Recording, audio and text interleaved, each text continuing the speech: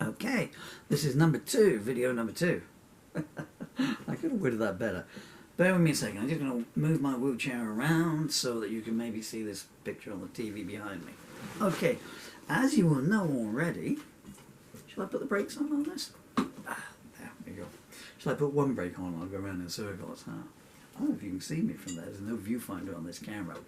But the last one, because I don't have a microphone, it came out so quiet. Like, oh, so, hi there, how you doing? As you will know from the title bar, wherever you're watching this, this is a video about this, which is the hardback edition of my latest book, and it is called Raise, and it's by Paul Murphy. I didn't check the spine last time around. That's the rear cover, and here's some of the insides of it.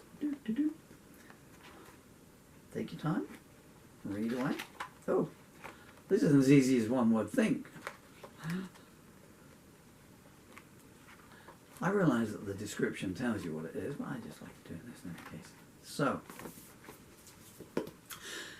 literally just finished the unboxing video, so I did an unboxing video where I unboxed and then I wheeled myself to the camera, turned it off and came up. You might notice this. What happened was, when we took it out of the Amazon packaging, we found that Amazon had stuck the book to the inside of their packaging, which is what this is, and it won't come off because the tape here is just, had I gone for the glossy cover it might have done it, but it's just, you know, it just won't. Down in the corner there to do that, it's just going to peel. Yeah, it's peeling the cover off that. So, the book is wonderful. Amazon warehouse leave a lot to be desired, I would say. However, we'll talk about it, but we'll say this is a one-off. That's still one too many. So, Raise, look at the cover of the, this is the cover of the paperback, if you look at that. Or maybe I'll just turn on the inside here. Well, that's just words. Why did I say that's just words? Shall I tell you? I'll detail it a bit later on. So, contents page. So you've got 27 works in there. What they are is song lyrics, and you might think, well, you know, that's not going to be much in there. It's quite a chunky book. It's 220 pages. And the 27 songs in here, and what you get is you get, let's do it this way. So that's the lyrics to An Oath to Lady Fay. This is The Unholy Garden. I should talk about that. This is, that song is 18 plus only. It's one of the harsher songs I've written in a long time. These are the lyrics to The Bowery of Your Heart. As bonus material, you get,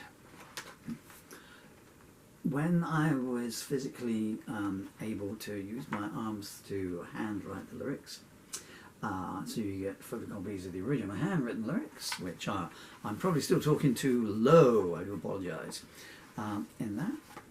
And there's an essay in there. This tape is just stuck everywhere. I'm going to be glued to my wheelchair. Oh, I'm going the wrong way. We'll get there in a minute. Oh yeah, so here you, well here, is that it? I don't know, actually. I'm still a page short there, aren't I? So here you get, this is an essay on it. So this is a longer version of what I'm trying to say now. That'll tell you where the songs came from, the origination process and what was going down. And then you get a song by song detailing on some of the works in there.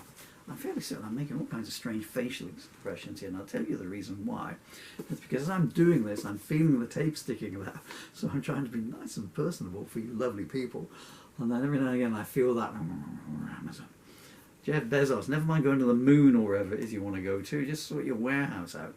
The thing was, if you see the unboxing video, there was another piece of tape on the outside that took forever to get into. So they realised what they'd done, because obviously with the stickiness being on the book, on the product, it wasn't going to, the envelope wouldn't seal. So they realised what they'd done, and they just sealed over it, you know. So I'd say that's pretty bad pool there, you know. You can say in this case it doesn't matter too much because it's my book copy for myself, although this is to your Chloe. See, I apologise in advance. I thought I would buy this, do the video, and then you can have this one because it mentions you in the thanks at the back. I'm about to cough, I apologise. I wouldn't lie to you. So, but there we are. Let's go back. April? 4 months ago. So I was working on I'm writing songs all the time because I'm just stuck all day in a wheelchair, which is not a bundle of fun, I can tell you. And, you know, you don't see human beings from 1 month to the next. And so I just write songs just to keep the synapses going and the mind going and everything, you know. And I've been putting them out in anthologies, some of which will be over there, because I can do nothing else. And then they're listed on Amazon, and all the royalties go to two amazing children, the most amazing children in the world, registered trademark. If I bring that up, it's just annoying me. But do you want to look at the front piece? Should we find another piece with that on? Here, read the, what's the opening one? Stowaway. Well, this is how it came about, really, I guess. So I was writing songs, and when I write songs, the songs always come like this, as you can see. So that's why you've got the original handwritten lyrics here, you know. So they just pop out. So pen, paper. Not all the songs are there because of the paralysis in the fingers. So some days they were recorded live onto the camera as they were coming out of my head, and then I would transcribe them when the fingers would work. What's in here? So it's not like a normal anthology. My normal anthologies are all the words that I write from the first of 1 month to the last day of the month. I then make an anthology of, which is what you see here, and what you might have been able to see behind me if I hadn't blocked them off. Blocked them off. I do still need to keep this up. Just subliminal advertising. You can't see this. So in amongst writing everything else, whatever's coming out, you know, you want to, things would come along. So I've see something on the news, and I would write a political song about that. Social commentary song, I would write that. Allegorical song, I would write that. And then every now and again, something would come along that would be inspired, or the initiation spark point would be the late and much lamented Her Body of Work Remains Behind, as testimony to both her talent and her beauty, and her charisma and her presence. Miss Fay Wray, most famous, well, legendary for King Kong.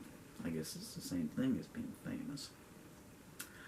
But if you were to explore her canon of work, then you'll see that they're very multifaceted. A deaf comedic touch in Murder in Greenwich Village, The Affairs of Cellini, for instance, you know. Ingenue, if you can find the black and white cowboy films that she did. Captain Thunder is, I mean, you know, if Fay Wray wasn't the most beautiful woman on the planet in 1930, Captain Thunder and the Sea God, then, you know, I can't imagine who was. So I was watching these movies. It started with, one day YouTube came up and they flashed up a film called, you might like to watch this, one of these oldies channel that I watch old black and white movies on at night. And it was The Woman in the Dark. It's got a different title in America, so apologies if you're watching America. Based on Dashiell Hammett, 1934. I thought, oh, well, it's only 60 minutes, let's watch this, you know. So I think I was looking for a Charlie Chan movie, you know, Key Luke, Charlie Chan, and I don't know, it's sorry, Mr. Wong, I apologise, yeah, with the great Key Luke. Not the Karloff versions, obviously, that's why I said Key Luke.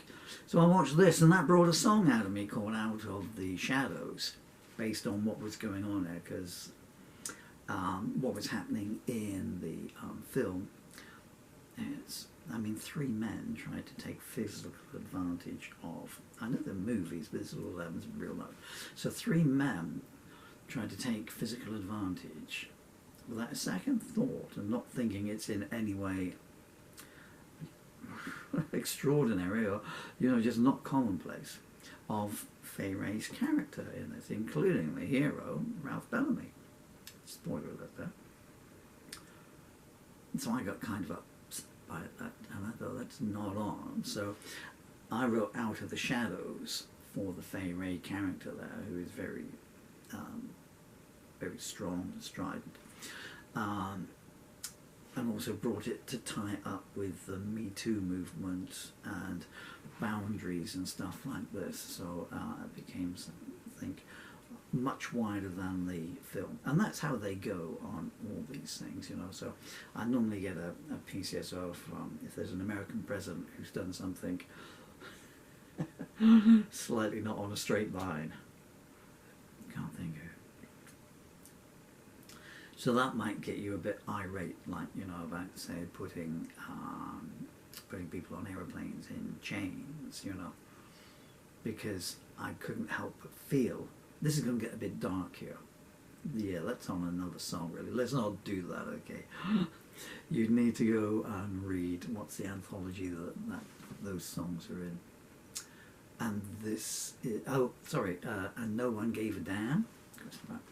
So that's social commentaries and those kind of thing in there. I do apologise. So that's what. So that came out of that.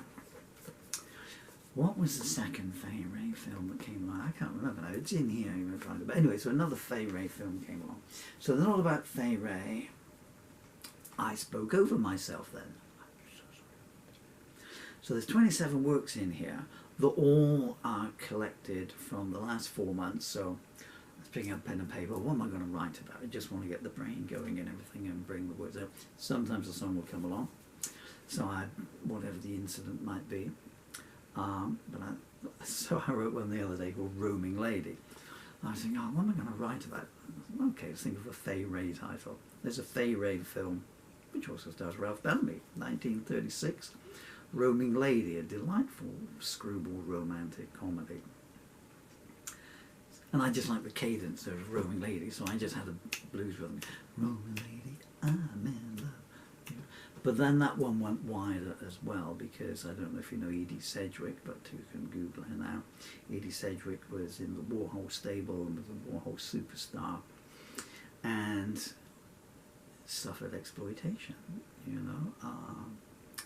That caused us so many problems. So when I was writing Roaming Lady, it starts with the Fay Wray film title, and if you see the films, you know, it's had a jaunty rhythm and meter to it.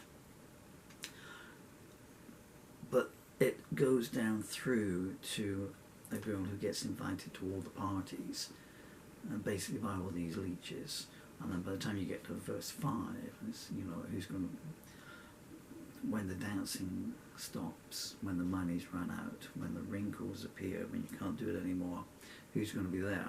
And then in verse 6, you know, the narrator of the song is saying, you know, if all I can offer you is respect and love, it's boring, but if that's enough for you, you know, because, you know, when there's no pieces left, there's no pieces to be picked up to put the person back together yet, you know. So that's where that came out. You Want to See God is in here, and that is it's not a dig at belief, it's an observation on religion. The great Johnny Cash once said, someone asked him about his religious beliefs, this book's getting so heavy in my hands now, probably not even in shot. And Johnny Cash said, I don't call it religion because some people worship a hog. So he had his beliefs, didn't have anything to do with religion, you know, didn't have anything to do with, I believe 24/7, you know. And I've always found it paradoxical. Please don't write in, it's just my own tiny belly button opinion. But, you know, there's a certain faith, you know, that when I was growing up, you know, you went to church on Sunday. And, you know, even as a cynical 10-year-old, I was like, so he can only hear you in this building on a Sunday. you know, which is his own day off kind of thing, you know. So he's some visions of, you know, some guy on a cloud there, you know.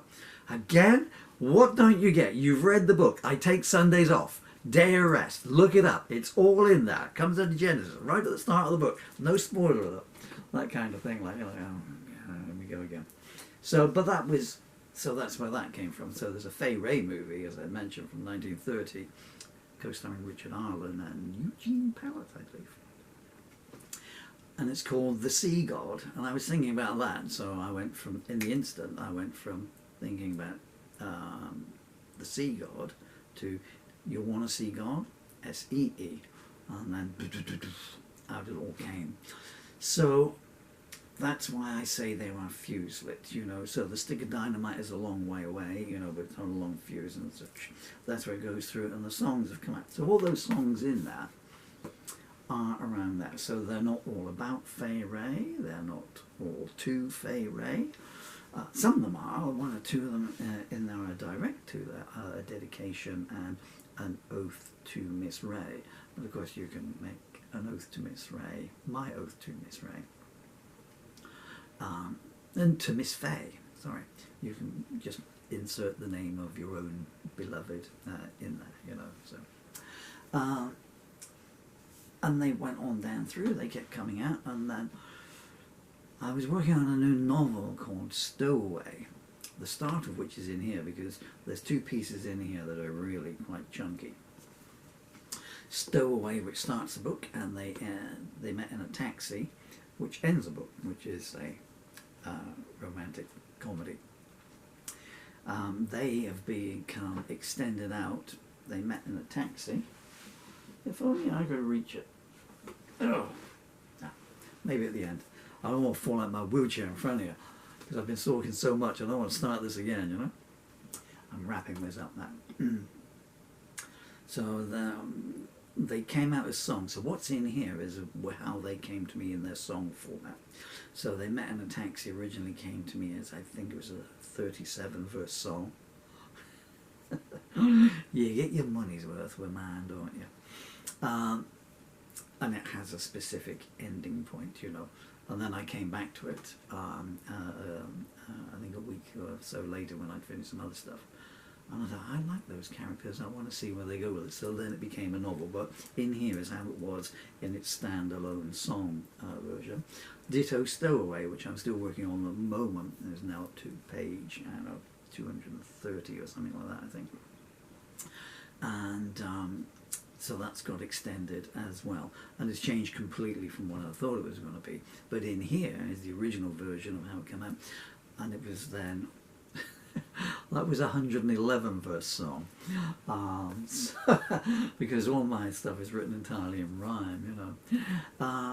So that's where it comes from. That. So I was building them up through, and then I wrote a song called "The Unholy Garden," and that came from I came across you know, once you've clicked on something enough times, it starts recommending, says, hey, you want to see this? You know, so it brought up a film, 1931, no, 1930, Ronald Colman, 1931, Ronald Colman. Who wouldn't watch a movie with Ronald Colman and Fay Wray in her? I mean, I'd go to the cinema today and watch a film starring those two read the telephone book to each other. Unfortunately, in this film, I watched the first 18 minutes, and then there's an unhappy bit. I have no idea how the film ends. I couldn't watch anymore because there are other sources of unhappiness if you want to be doing songs along those lines. But to exhibit how it comes along. So a certain incident happens in there. And I'm not watching this, you know, I want to watch something. If I'm going to watch something with my time, I'll put a smile on. If I need to work, then you know, it can come from elsewhere. The news gives one enough material for songs, yeah. Certainly in England, and certainly in 2025.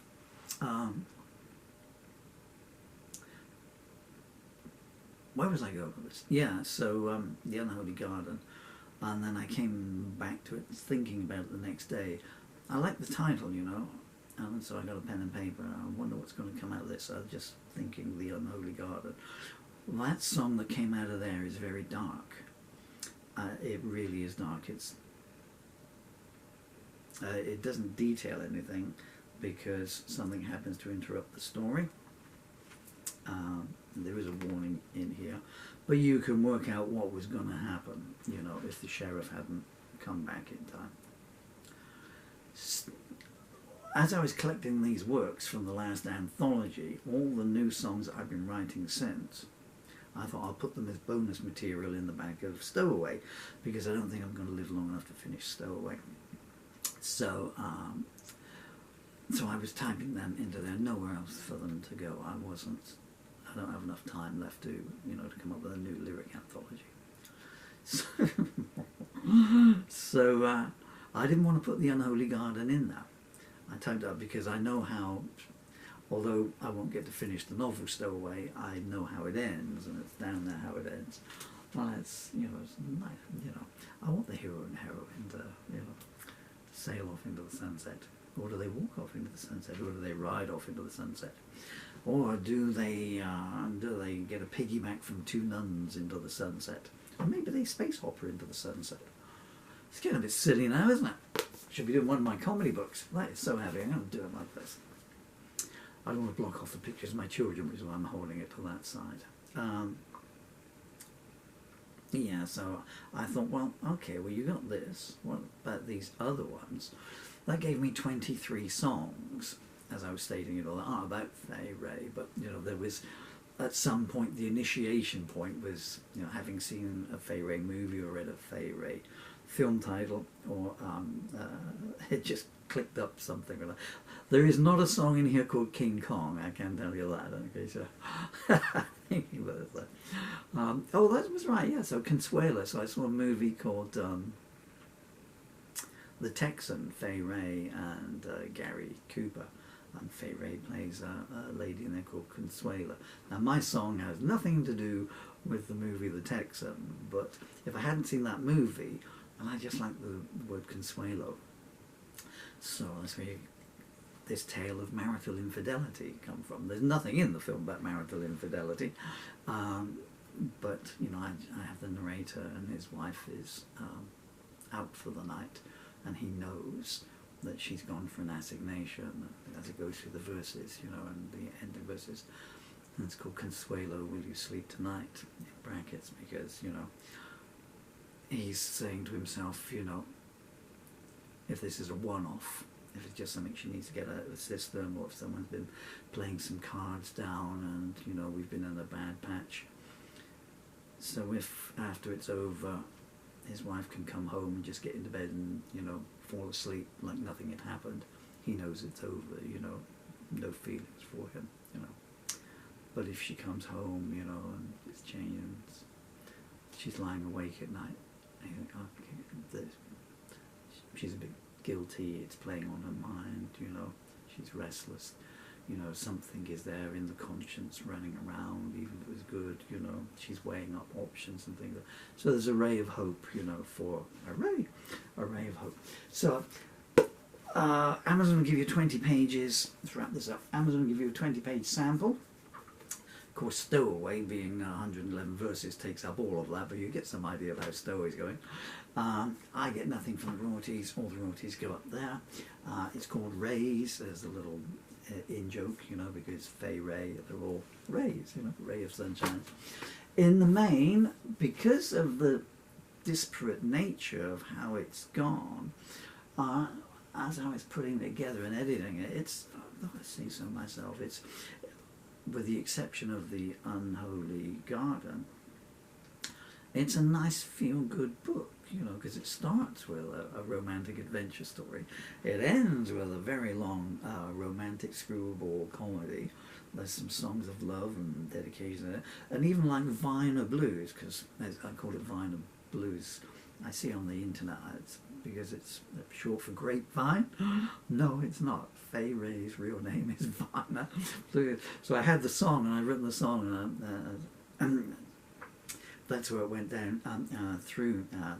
And I was thinking of, it's a political allegory, and I was just thinking, well, isn't humanity at the moment we're all hanging on a fraying vine at the moment, you know, so I went from vine up to there, and that's where the rest of it, so it's this, the song itself lasts 30 minutes, it won't take you that long to read it, but it's a political allegory, you know, of down through, you know, things going on in countries. A vote used to mean something, and you knew what you were getting, you know, but these days, in too many countries, handing over your money to a government, the product that you've been promised, like this, isn't what you're getting back, you know, kind of thing. So it's vote for me and I'll tell you what you're going to get, and it might not be what you want, but etc., etc. So, but even that one works quite well into it, because Vine of Blues balances off through, and it says, but there's good in the world. Well, this is what's happening good. You know, you have to hang on to good. You know, so if you're on a fraying vine of goodness or democracy, don't just hang there because it's going to snap or someone's going to come along and cut it. Climb up to the stronger bits, and then if there's anyone down below you, please pull them up to safety with you. I'm Paul Murphy. That's my name there. This book is called Raise. It is 220 pages of the things I just told you about. And I'd be very grateful if you go and buy some copies. Not for me. I have no ego about my work, but for my children. I think you'll enjoy it. There'll be something in there for someone. I priced it right down to the bone, even to the paperback being, I lowered it down so you get free shipping on it if you're ordering it from the Mighty Am. What else can I tell you about it? That's about it, really. I'd hope you'd enjoy it, and if you don't enjoy it, well, then you've got something to give to somebody you don't like. Can't be, I mean, win-win, as Camp Binface would say. Thank you so much for your time. It might help if I took the break off and then I could come and turn the camera off. Boy, didn't I go on there.